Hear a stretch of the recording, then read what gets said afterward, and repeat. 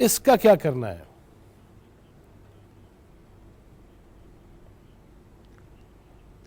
یہ رانا صاحب کی جذباتی تقریر نہیں تھی، یہ حقائق جو ویریفیبل ہیں، قابل تصدیق ہیں، انہوں نے وہ بیان فرمائے ہیں. اور میں آپ سے جواد بھائی عرض کروں، جو معیشت ہوتی ہے اس کی منطق بہت بے رحم ہوتی ہے.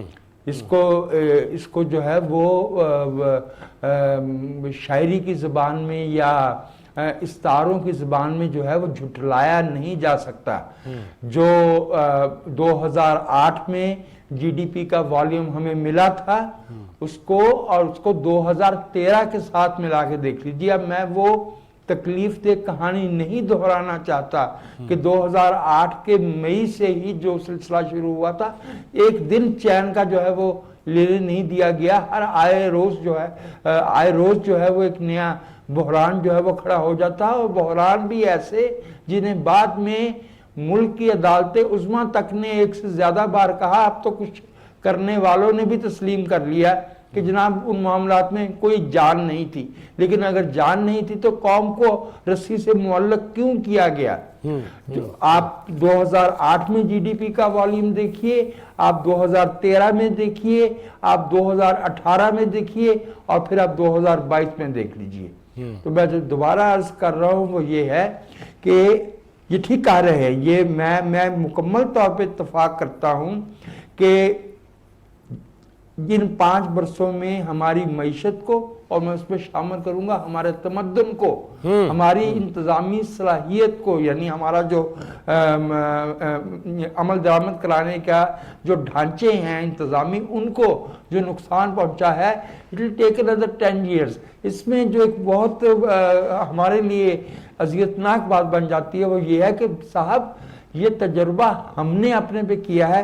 معمولی سا اختلاف میں ابرار بھائی سے جو ہے وہ ایک نقطے پہ کرنا چاہوں گا کہ بے شک دنیا کی تمام قومیں اپنا مفاد ہی دیکھ رہی ہوتی ہیں، اور اگر پاکستان کی ترقی سے ان کے کسی بندرگاہ کو نقصان پہنچ رہا ہو یا کسی دوسرے مفاد کو نقصان پہنچ رہا ہو تو ظاہر ہے کہ وہ اپنی سی کوشش کریں گے. لیکن بنیادی ذمہ داری ملک کے اندر سے ہمیں ڈھونڈنا ہوگی کہ یہ تجربہ جو کیا گیا ہے، اس دوران میں دنیا ہمارے انتظار میں نہیں بیٹھی تھی کہ ہم آئیں گے ان کے ساتھ ملیں گے اور پھر وہ آگے بڑھیں گے.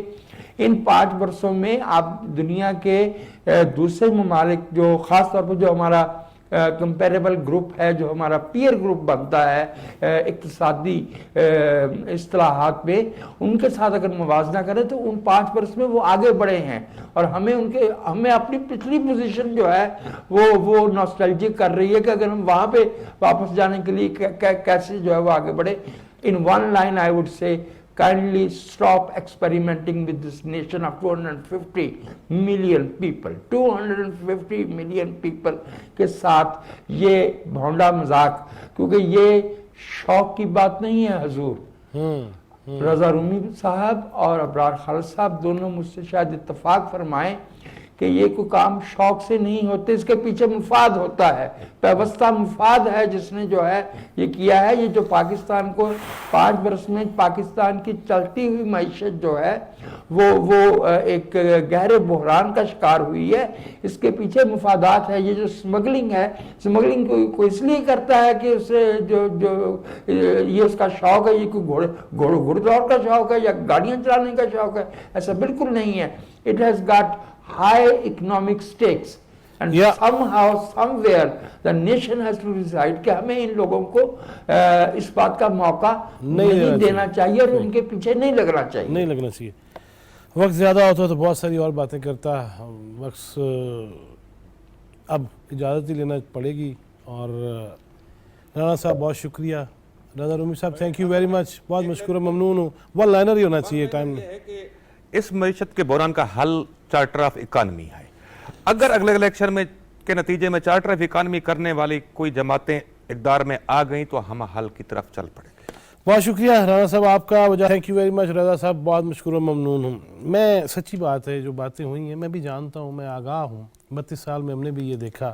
لیکن خاص طور پہ جب سی پیک کا معاملہ آیا، الحمدللہ سب سے زیادہ پروگرامز چوتھا ستون کے پلیٹ فارم سے ہوئے. ہم کبھی چائنا سے پاکستان آ رہے ہیں, کبھی گوادر کے گہرے پانیوں میں اتر رہے ہیں. اللہ کی قسم اٹھا کے حلفاً کہہ رہا ہوں کہ میں نے جو پردیس میں وقت گزارا, جو میں نے دیکھا, وہاں کی ہائی ویز, وہاں کی بندرگاہیں, مجھے تقویت ملی کہ پاکستان یس دنیا کی دوسری گہری ترین بندرگاہ. پھر کیا ہوا؟ یہ سوچنا چاہیے, اس پہ سوچنا چاہیے. اور جو تارکین وطن ہے نا بیرون ملک, ان کو زیادہ سوچنا چاہیے. وہاں بیٹھ کے عظیم شاہراہوں پہ گاڑیاں فراٹے بھرتی ہوئی جب ان کی چلتی ہیں, وہ کیوں نہیں سوچتے کہ یہاں پہ بھی ان کے اپنوں کا حق ہے, مادر وطن میں بھی ایسا ہونا چاہیے.